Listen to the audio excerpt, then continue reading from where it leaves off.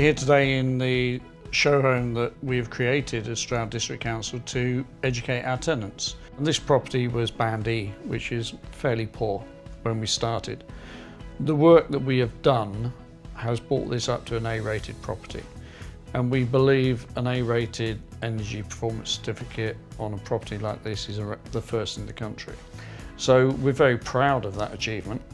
And we've gone on, whilst not every property that we have is going to achieve A, it's set the standard that we're driving at for all of our work.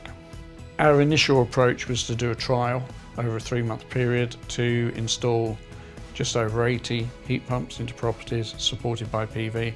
We had recognised that it was important to conserve the heat that already exists as part of the standard approach. So we looked at the areas of fabric that would make a difference, such as, are the windows nearing the end of their life cycle?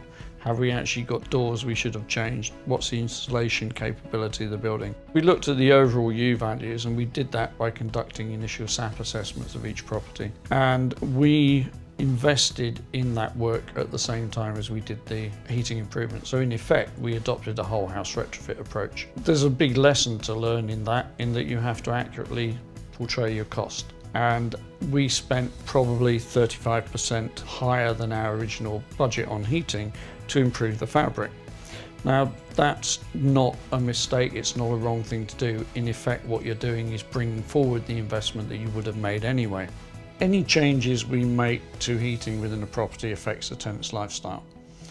They have to get used to when the system's going to turn on, how warm it's going to be, and get used to that within their day-to-day life. The renewable energy systems that we're installing are a foreign idea to many of them. They employ technology that isn't easily understood. So we looked at creating this environment we're in today to actually show people the reality of it, how it works, what the impact is going to be on their life, what the radiators are going to look like, and also allowed us to use it as an ongoing education process for some of the tenants. The other area that's key for us is making sure that our officers actually understand. So we are actively educating them by bringing them into this environment, showing them how it works, what it does, so that they can go out and again work with the tenants to increase that understanding. We did some work initially on assessing how many people we thought would be suffering from fuel poverty and what the causes were. And certainly a major cause is the old style of heating,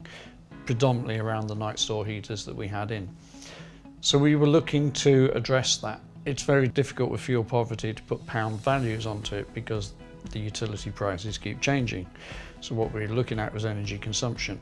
And certainly the air source heat pump gave us the major benefit in terms of heat improvement.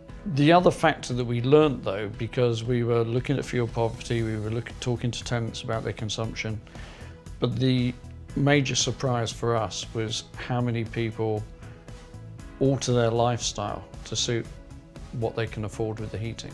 Typically people were saying, I only use 1 or 2 night store heaters. So they were only keeping 1 or 2 rooms warm. And what we have found through this work is that these new systems we have now are enabling people to heat their whole home. Their comfort level has increased massively, which has changed their lifestyle because they're now able to use more rooms and they find they're doing more things.